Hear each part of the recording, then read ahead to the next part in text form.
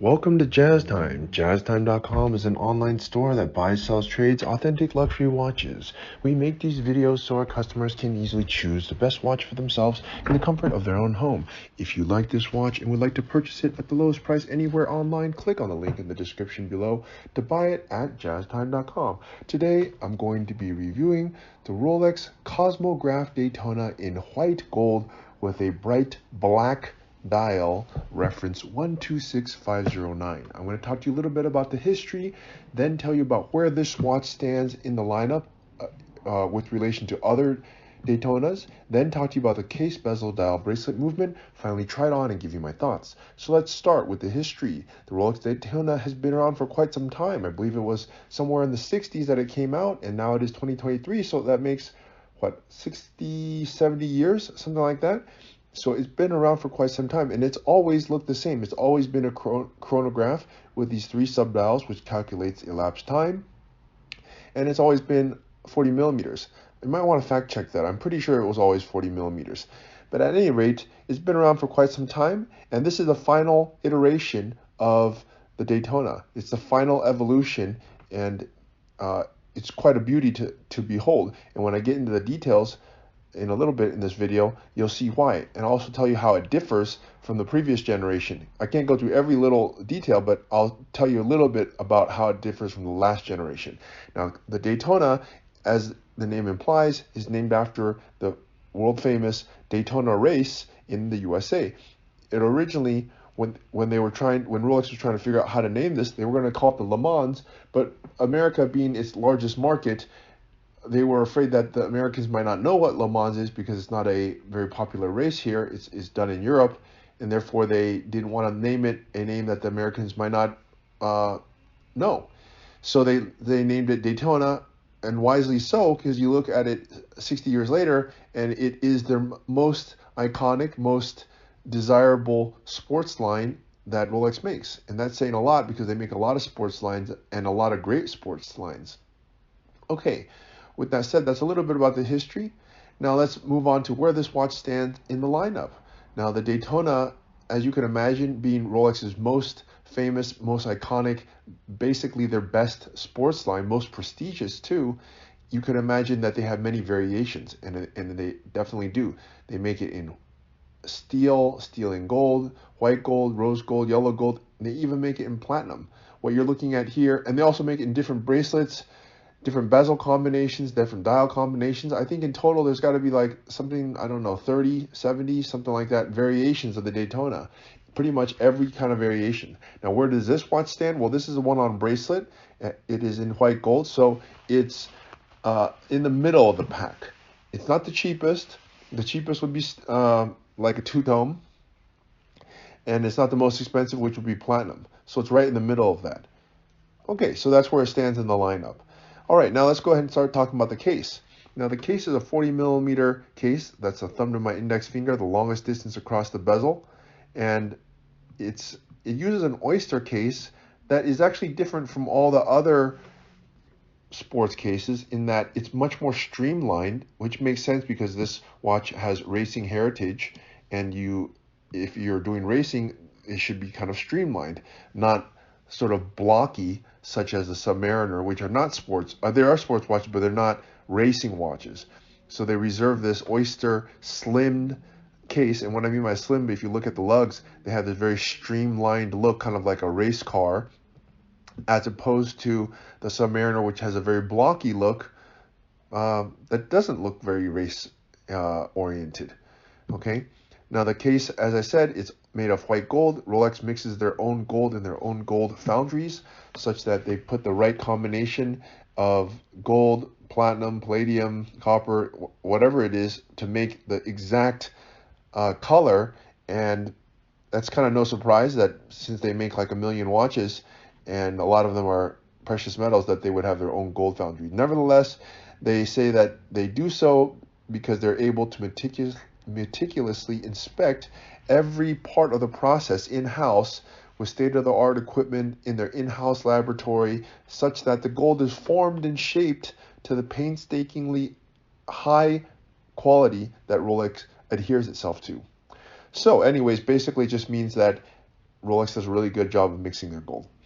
And here's the result. Okay, that is the case. Now, 40 millimeters, you might think it's kind of small, but it's not, because when I try it on my wrist, you'll see. But I also bring your attention to the fact that it has these pushers, and the pushers are not counted in the millimeter size. But the pushers add, I don't know, 5 millimeters or something like that, and it's not counted. But the pushers make it look much larger and much more sporty, if you ask me. So that's also something to think of. They add length to it, but not length in a diameter way, which it makes it look too big on your wrist. It just adds more heft to it. Okay, so that is the case. Now let's move on to the bezel. Now the bezel here, it's in white gold, but they also make the bezel in black ceramic in other watches, not in this watch. If you want it in ceramic, you have to get it on a Oyster Flex unless you get the platinum Daytona. So they reserve that metal bracelet with ceramic for the highest one, which is the platinum. But in this white gold, they only have this bezel. So if you want a white gold bracelet, you have to have this white gold bezel, which I think actually looks really awesome because it makes the watch look very clean, flush. There's no change. It doesn't go from white metal to ceramic. It's just all white gold, which is a very beautiful, very, very beautifully done. Okay. And that has not changed with any of the generations. It still looks the same, the bezel, than it does the last generation. What has changed is this dial. So let's take a look at this dial. First of all, they never had this black dial. You would think that they would actually have a black dial before, considering like black is a very basic color, but they didn't. They had black in a previous generation back in I want to say early 2000s, but it had Arabic numbers.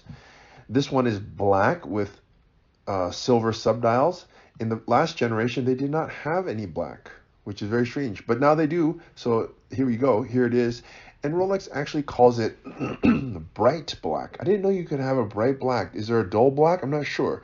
But at any rate, it makes it black. And it's a very beautiful black, probably hence the name bright black. It has a sunray finish on it. And yeah, well, it's quite a beautiful dial. They only make 3 dials as of 2024. I suspect over time they're going to release different dials, but as of now, they just have one, or they just have 3 dials. They still have the silver on black, which is actually the exact reverse of what you're looking at here. Here you have black on silver, but they also make a silver on black, and they also make a black diamond dial version. So there you have it. Okay, what was different? I forgot to mention. Okay, the thing that is different is the hour markers. The old hour markers were shorter and fatter. The hour markers now are thinner and longer. Now you might wonder, why do you need them thinner and longer? Well, it just makes the watch look that much more streamlined, if you ask me, and it just it's a change, but it also makes it look a little bit more vintage, a little bit more streamlined. And to me, it looks more refined. I like it better with these smaller hour markers. And let me show you what it looks like when you flash a light at it. So you can read this watch at night, which, by the way, is probably pretty important. Presumably, somebody who would be racing at the Daytona or watching the Daytona might be timing this and checking, just timing it. So then you would need to read the watch at night. And since it's a sports watch, legibility at night is also an important thing because a lot of people wear their watch at night, myself included. Okay, let's move on to the bracelet. The bracelet is Oyster. There is no other choice unless you change the bezel, the combination. If you choose a ceramic bezel, then you can have a rubber bracelet. But if you have this bezel, then there's only this bracelet. It's a white gold bracelet, Oyster. Not really any change from the one before. It has an easy link from extension, and you can change the length 5 millimeters without using any tools, which is a good thing because your hand sometimes contracts, expands depending on the weather and or time of day. So that's a good, nice function, but it's a standard function on pretty much all Rolexes nowadays. So that's not really something to talk about, but it is there. So, okay, now let's look at the movement. Now the movement has changed. It used to be a 4130 movement. It is now a 4131 movement. Now you might wonder, what is the difference? Well, first, it is more accurate. It has a longer power reserve of up to 72 hours. The main thing, at least I've seen, because I've opened this up and looked at it, is the finishing. The old finishing on the 4130 was very old school. They had a Coteau de Genève finish on it, which is just like this very old school finishing. It looked very dated. AP started to go to this new school finishing, and I think everybody followed soon thereafter, because Rolex's finishing looks very similar to the AP finishing now. It has this much more modern look to it, and I like it. And the thing is, you can't see it here, but you have to take my word for it, or you can buy the Platinum Daytona. You can look at that, or you can just go to our website and look at the pictures from the Platinum Daytona. Okay, at any rate, let's try this thing on. So time for me to give you my thoughts. I'm 6 foot tall, 200 pounds. I have a 7.5 inch wrist. So as you can see, the watch does not look too small on me. In fact, it looks just right. The 40 millimeter size, it's going to fit almost everybody and look fantastic while it's doing it.